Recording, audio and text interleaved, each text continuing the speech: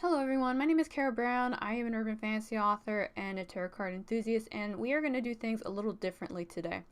In one of my recent videos, one of my regular watchers commented that they found tarot kind of interesting, but they didn't really understand it. And that's kind of when I realized that I hadn't really taken the time on my channel to kind of do like a primer on tarot. So that's what we're going to do today. Now, there's a lot that can go into tarot. There's a lot to cover, and this video could be hours long. And what I'm going to do is try and break it up into little chunks and kind of add them in while I'm doing my tarot deck reviews. So we're going to go ahead and start with the fundamentals today. We're going to start with the basic question, which is, what is tarot?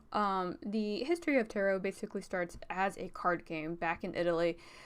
When card games were not a really big prevalent thing. It was a very expensive thing to do because card makers were not, it's not like today where you can go to a printing press and you can have a whole bunch of decks made, right? These were things that were made one at a time. They all had a unique quality to them and everything else. And this was just a game that was played, and at the time the fool didn't even have a number assigned to him. So it's kind of evolved over time, and presently it's used as a divination tool. Now, you can honestly use anything as a divination tool, but tarot is one of the more popular ones because of its history, its imagery, and it's got a whole bunch of occult books that talk about the various meanings of it, and you can find so many of those online. We're not going to dive into that today, or the deep history of tarot, but I do want to give my viewers an overview of what it is and how it works and all that stuff.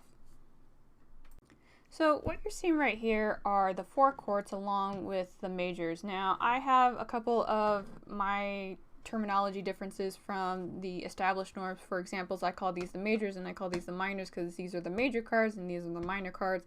But you will often hear this referred to as the major arcana and the minor arcana.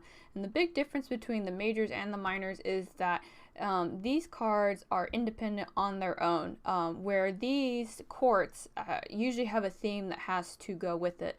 The major arcana also have been known to depict very big life-changing events or situations or impacts. A lot of individuals will say that the major arcanas are very powerful cards. I would argue that all the cards in their own right are equally powerful. It's just how you decide to interpret it. Now, what I have here are some cards that I think represent each of these pretty well. You have the Fool, who is known for going off into the unknown. We don't know if he's about to step off that little bit right there, if he's about to fall off the cliff.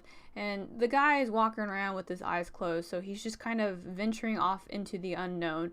Usually when I pull this card, I always think of the Frozen 2 song, Into the Unknown, because that's literally what this card is depicting. Here we have cups, we have swords, we have pentacles, and we have wands. You will sometimes hear cups referred to as chalices. You will hear the pentacles sometimes referred to as coins, and the wands are occasionally referred to as staffs. If you decide to go out and venture and find a deck of your own with a certain kind of theme, there is likely going to be renaming of these suits going on. In fact, some individuals are very notorious about changing a lot of the things of tarot until it gets to the point of oracle cards. Now, to better illustrate my point, I do actually have a deck of oracle cards. I bought them because they were pretty, and then I never used them because my thing, like, it even has dust on it. Can you see that? Oh, that is shameful. But the thing with oracle cards is that they don't follow any kind of system that tarot happens to follow. So, like I said earlier, so there are four courts, right? 4 courts, and they all have a theme that they have to do. There are 13 cards in each one, and they all have something that they represent. There are 22. You got your courts here. This does whatever it wants to do. There is pretty much no wrong answer with oracle cards, and you can find all kinds of variations of this, ranging from what you're seeing right here to moon phases. I've seen a cat oracle deck, and it's very cute and everything, but I am a person that is kind of a fan of tradition, and while oracle cards do have a little bit of tradition, tarot for me has a much more long-standing history and fundamental structure that is tied to it. So it's the one that I prefer to lean on. Now, no wrong answers if you decide to go towards one or the other. One thing I will say is that a lot of oracle decks actually don't come with what is referred to as a companion book. And a companion book is what will 80% of the time come with a tarot deck where they try to explain the artist's depictions of these cards, because every artist does have like their own flair to it and things that they want to highlight for you to see. So that's usually why you'll find a companion book, and it's also for individuals who may be new to the craft. Now I'm going to go ahead and move the oracle cards to the side because I want to focus more on the courts real quick before we go ahead and we talk about the majors. So you have cups, and the card that I have here on the top is the Three of Cups, which has to do with friendship. If you check it out, you've got these three ladies, they're dancing, they got their cups up in the air. Like, they just don't care. But cups have to do with emotions. They have to do with relationships, and they have to do about how you're feeling internally. That's why I picked the friendship card, because I think the Three of Cups really really brings out the essence of the cup suit itself. And then after that you have the Two of Cups. Two of Cups is very I really like this card. It has to do with like a mature lover's card. These are older people, they've been together for a while, but they're still together, right? So there's a maturity and a strong union that's involved with this card. Now, Swords is Swords for me is the Game of Thrones version of the deck. It's these things will either cut you or they will save you. There's really no in between, and the things that they have to tell you are very harsh sometimes. The kindest card that I could find actually is the Two of Swords. And one other thing to talk about with the Two of Swords is that this is an air card. It is an air intellect card. This is all about using brain power. This is all about thinking logically. This is all about weighing choices and doing what's best without taking your heart into consideration. It's very separate. So I normally am a very big fan of this deck, except for the fact that it does happen to represent a lot of harsh things that happen in life that sometimes people aren't willing to see right away.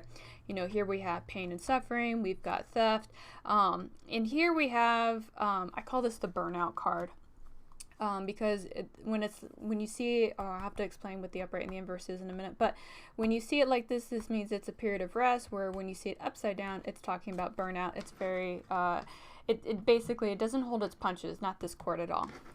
Now, Pentacles is my hearth, home, and career deck. This has a lot to do with developing yourself professionally, taking care of your family, and also has to do with making sure that you are doing well financially. A lot of times when I meet very business-focused individuals, these are cards that usually show up with a high abundance. And as you can tell, this is all about I usually refer to these as coins and not pentacles, just because it has more to do with investment and money than it does about the spiritual value that a lot of people will associate with a pentagram.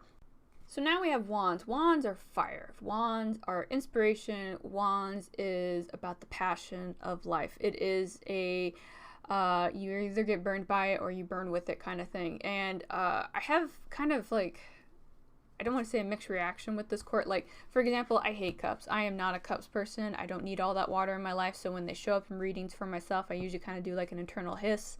But fires are very interesting for me to pull, because while I did talk about how pentacles have to do with family and life and all that stuff, you will have other relationship cards that do stem from this, but it has more to do with the relationships outside of yourself in a way. So for example, we have the Six of Wands here, and Six of Wands are about overcoming conflict and coming out as the one person that everybody is looking up to.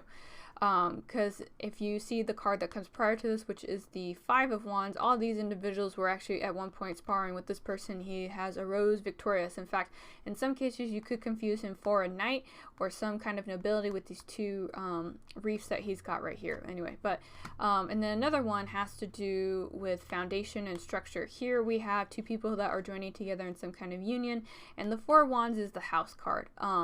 It's about happy life, happy wife, all that kind of stuff. That's usually what that is. And after that, it kind of goes a little all over the place. And one of the things that I do want to mention about that is that you will find that sometimes a card which normally should be in one court is kind of mingled with another, and a good deck is usually going to indicate the relationship that a card has with another court with a bunch of different things. The reason I am actually using this deck to kind of talk about tarot in general is because it does a really good example of the things I'm talking about. For example, here we have the 3 cups. So we have the 3 ladies together. They are dancing, they are being merry, and they are surrounded here in a field of basically developing fruit, right? Or in this case, pumpkins. And they've got no clouds in their sky. Now, I know that those cups probably have some kind of liquid in them, but one thing that I don't see are clouds in the sky. I don't see any rain. I don't see any extra water outside of where it should be. And that's something that I usually pay attention to when these cards do show up. Now, one card that's a good example about what I'm talking about is actually going to be the 3 of Swords. Now, earlier you heard me say that the 3 of Swords is an intellect card, right? Is an intellect card, but if you take a look at this one, this card has rain in it. There are thorns around this heart. The trees are barren, and that is because the 3 of Swords has to do with heartbreak, and more importantly, it has to do with betrayal. Something terrible has been done in this situation, and it was done intentionally. And that's again, one of the things that I really do like about this deck in particular is that it will capture a lot of the different meanings in small little ways. Here you've got the Fool. Again, he's venturing out into nowhere. He's got some clouds here. We're uncertain about if those are going to turn into storm clouds, but otherwise he is surrounded by sunny skies, so on and so forth. Now, earlier when I was talking about the cards, I talked about how there is an inverse meaning. What inverse means is basically when you draw the card and it's upside down. Now, there are some individuals who don't believe in the inverse meaning, and they will purposely write the card up because they think that whatever intended meaning that they should be getting from the reading will show through when you pull the card. I definitely don't have a pony in that race. Whatever works for you, it works for you.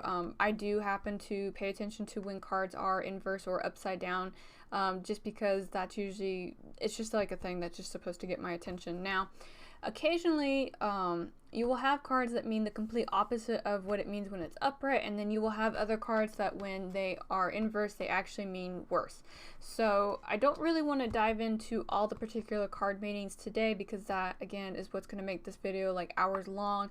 What I would like to do is at some point in the future, again, when I'm done reviewing all of my decks that I have currently in my collection, is that I would like to do an in-depth review of each card.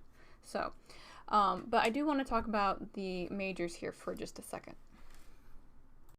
So let's take a look at the majors. So the majors, and okay, so I already know that some of you are immediately going to look at this card and ask why it's only like white guys in this deck. That's just the way that this deck was actually depicted. Now, if you are an individual looking for a deck with a lot more representation, I think it's called the Witch's Tarot. I don't own that one yet, but that is out there. And if you have a little bit of a budget to spend, there's also the Children of Litha that I would really recommend. You can't get honestly more diverse than this except for Tarot of the Divine, which has to do with a bunch of cards from different mythologies across the world. And I already did a review for that, so I'll leave that down below if you want to check it out and see if that's something that you want.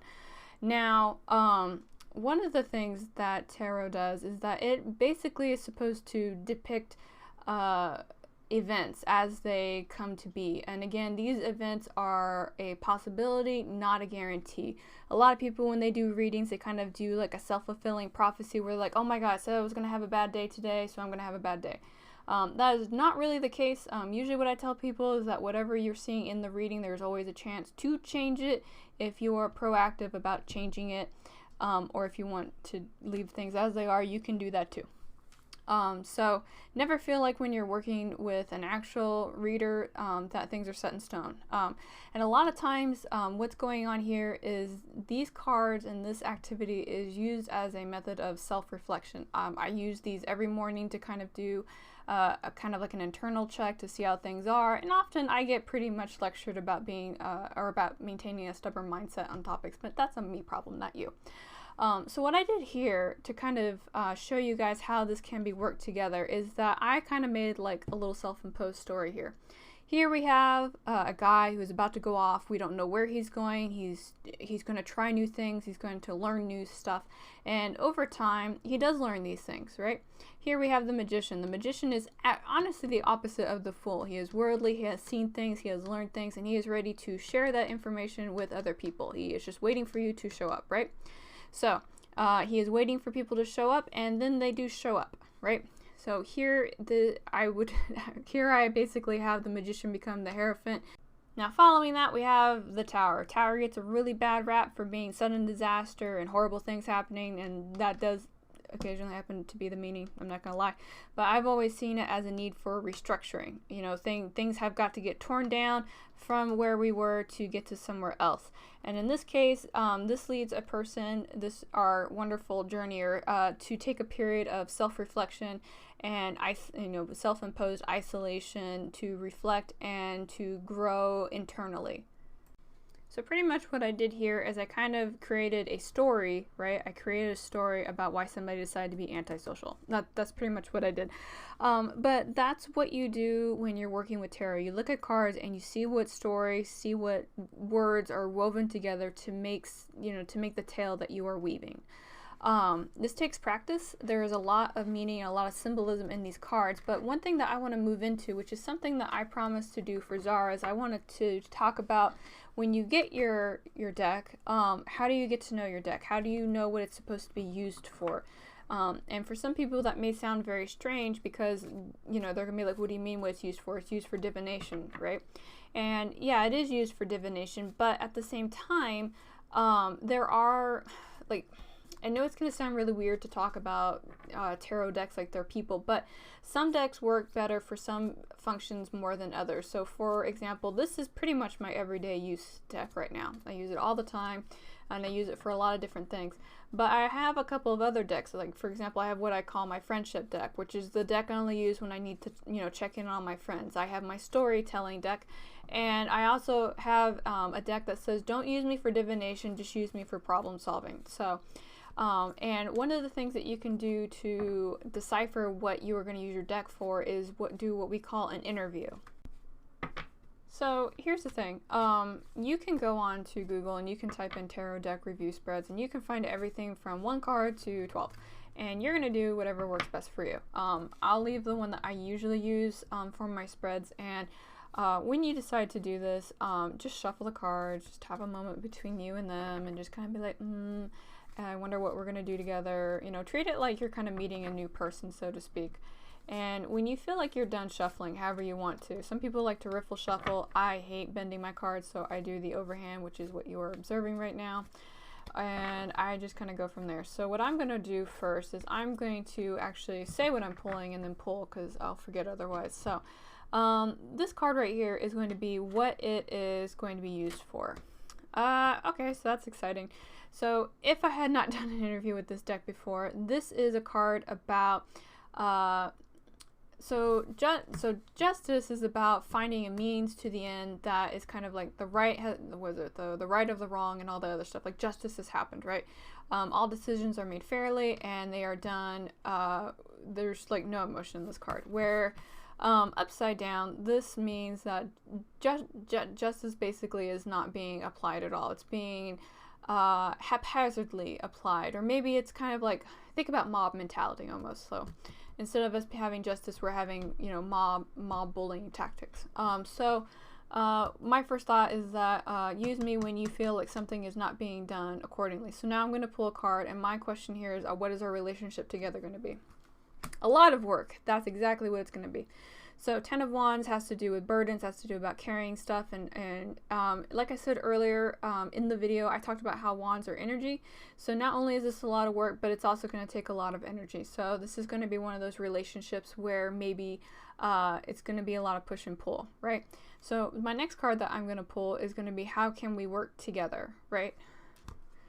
And that is through more guarding selves. So the Nine of Wands has to do with recovery from a fight. So, and that kind of makes sense because we're looking at something being done that's not fair and about kind of like, you know, wanting retribution and stuff like that. And this is about keeping guarded. So in situations where I feel like something bad has happened, my go-to deck would be to come here to get advice on it. And when I mean something not fair, I'm talking about, like, let's say that, you know, there's somebody who's the school bully and the school decides that that person wasn't actually bullying anybody and that the person that was being bullied is the problem and stuff like that. So that's something that you can pull. And now what I did just there is at the bottom of this deck, I pulled what I call the hidden card, because this is usually the card that you don't see ever. And I always pull it because I always feel like it has an extra meaning. If you want to imply that in your own practice, you can. And in this case, that is the King of Wands. So that tells me that it's a lot of wands in this. So, which is basically saying that in order to fight injustice, it's going to take a lot of energy and a lot of passion, which is something that you do need to have when you are talking about something that was unjustly done. So that would be my first thought. Use this deck to do kind of introspection or to look for insight when you are talking about situations that are not fair. So that's really like a very fast, quick primer about tarot. Again, these are used as tools. They are used to help you find insight and maybe possibly do divination with the future. It really depends on your approach with using these. And as I have said repeatedly, there is a lot that can be covered in this, and it would just, again, take me too long. Now, my question for you, viewer, is if you would like me to continue doing these primers, and I am very happy to do it, where would you guys like me to start next? Do you want me to start with talking about certain kind of suits in general, or do you want me to start basically from the top and work the way down? No wrong answers, and any input that you give me in the comment section down below will basically help me kind of figure out where we're going to take what I call tarot time, or tarot time, just to make it more personal. So that way I'm basically creating a product that is going to be more useful for you than me just kind of screaming out into the void. But again, leave those down below. I hope you guys enjoyed this video. Feel free, again, to leave a comment about what you would like me to cover next, and I will talk to you guys all again real soon. Bye.